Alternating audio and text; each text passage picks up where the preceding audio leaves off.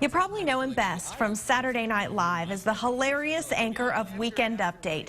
But Seth Meyers has moved on to host his own show here on NBC, Late Night with Seth Meyers.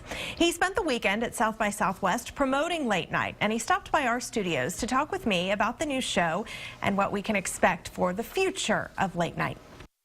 You're kind of taking over South by Southwest, so tell me about Seth by Southwest. South by Southwest is a dream I've had since I was 5 years old. No, it's great.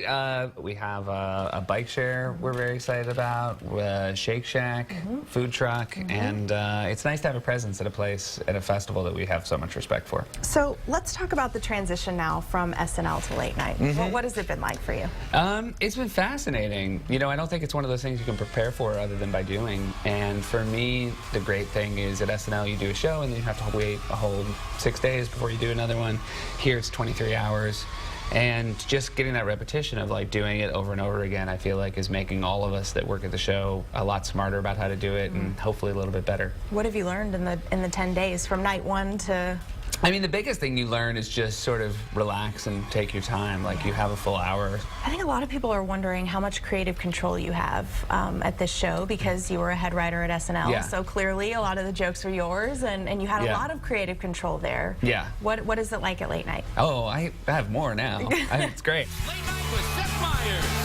Any advice from Jimmy Fallon when you were taking over? You know, I did his show when it was announced I was taking over. I did his show a couple weeks before I started. And, you know, the thing he sort of kept telling me is, like, you just have to have fun. You know, people are going to tune in and spend an hour with you at 12:30 at night or 11:30 at night. Like, they want to see that you're also having a good time.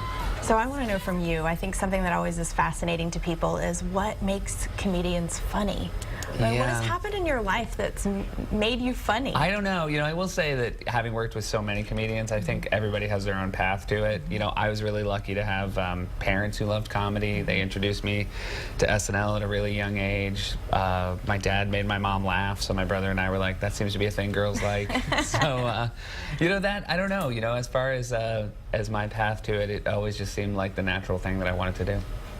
A lot of people are wondering if Stefan is going to make an appearance. We're going to figure it out. Night. I think, you know, eventually, you know, Bill is going to be on, and I would be shocked if Stefan didn't make some sort of appearance.